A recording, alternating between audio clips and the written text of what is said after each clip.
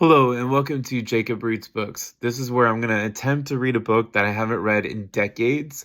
I'm going to fumble over it, and I might do a little bit of commentary. It's all going to be in an English, not in an English accent. It's all going to be an American accent. Sit back, relax.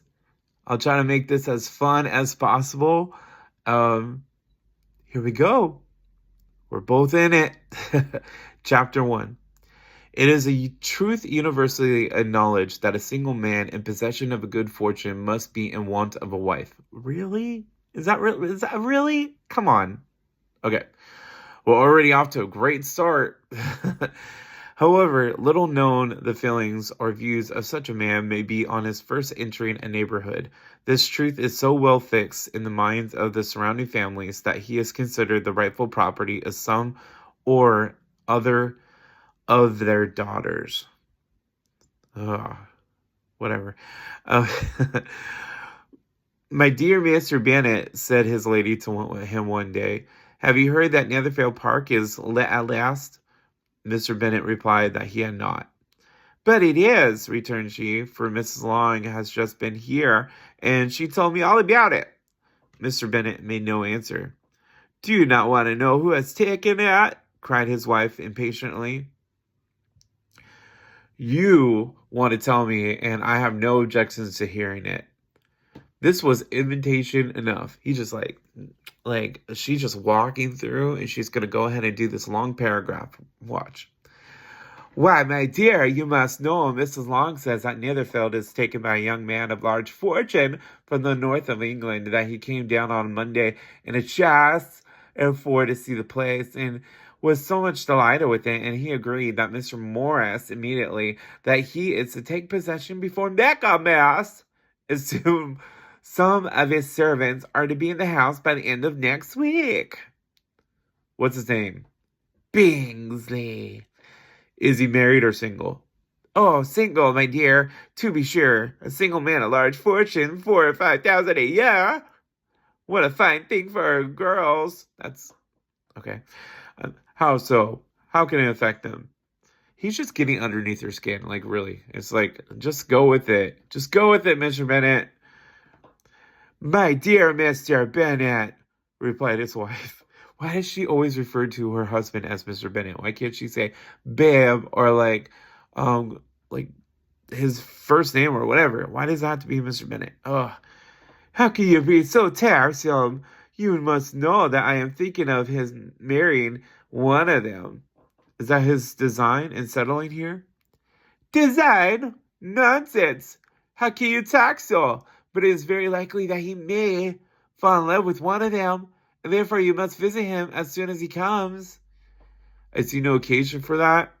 You and the girls may go, or you may send them by themselves, which perhaps will still be better, for you are as handsome as any of them. Mr. Bingley may like you the best of the party. Like, okay, Mr. Bennet, are you just saying, get the hell out of my house, and I don't care if you have an affair with Mr. Bingley? Like, come on. That paragraph was just so weird to read. All right, here we go. My dear, you flatter me. I certainly have had my share of beauty, but I do not pretend to be anything extraordinary now. When a woman has 5 grown-up daughters, she ought to give over thinking of her own beauty. In such cases, a woman has not often much beauty to think of. Bitch! Mr. Bennet! That's what I said, not Mrs. Bennet. Oh my God, he's so rude. Okay. But my dear, you must go indeed, and go and see Mr. Bingley when he comes into the neighborhood. It is more than I engage for, I assure you. But consider your daughters! Only think what an establishment it will be for one of them. Sir William and Lady Lucas are determined to go. Merely on that account, for in general, they visit no newcomers. Indeed, you must go, for it will be impossible for us to visit him if you do not. She's like begging him to go. Like, you are over-scrupulous, surely. I dare say Mr. Bingley will be very glad to see you, and I will send a few lines by you to assure him of my hearty consent to his marrying whichever he chooses of the girls, though I must throw in a good word for my little Lizzie. That is so weird. Like he's going to send his wife and basically he's going to do a little letter basically saying, hey, marry my daughters. I haven't met you, but hey, marry my daughters. Oh, but please take little Lizzie. So weird. Okay, anyways. I desire you will do no such thing. Lizzie is not a better than the others, and I am sure she is not half so handsome as Jane, not half so good-humored as Lydia, but you are always giving her the preference. Why the hell is Mrs. Bennet throwing Lizzie underneath the bus? And why the hell is Mr. Bennet preferring his barely legal daughter Lizzie? How old is Lizzie? I can't remember. Anyways, let's keep going forward. They have, let's see, preference, but you're giving her the okay.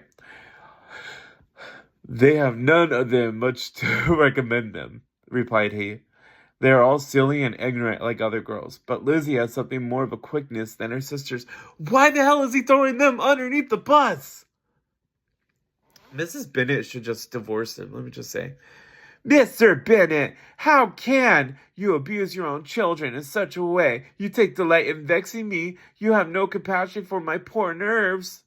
That's like a really nice way of her saying, screw you, husband. Stop throwing your kids underneath the bus. Okay. You mistake me, my dear. I have a high respect for your nerves. They are my old friends. I have heard you mention them with consideration these last 20 years at least.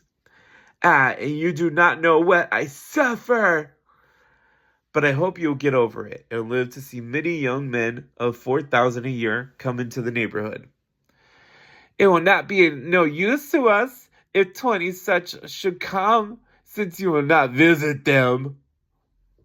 Depend upon it, my dear, that when there are 20, I will visit them all. And then it ends with, Mr. Bennet was so odd a mixture of quick parts, sarcastic humor, reserve, and caprice that the experience of 23 years had been insufficient to make his wife understand his character. Her mind was less difficult to develop. She was a woman of mean understanding, little information, and uncertain temper. When she was I already hate this. When she was discontented, she fancied herself nervous. The business of her life was to get her daughters married. Its solace was visiting and news. I already hate that very last one because the narrator is pretty much praising Mr. Bennet, saying like, oh, look at him. He has a mixture of quick parts, sarcastic humor, and reserve and caprice, while his wife is a little bitch. Like, oh my God. There's a reason why I don't like this book. Okay, that's the end of it. We're going to read chapter 2 in the next episode. Please follow, like, subscribe. Have a great day. Bye. This was Jacob Reads Books very poorly.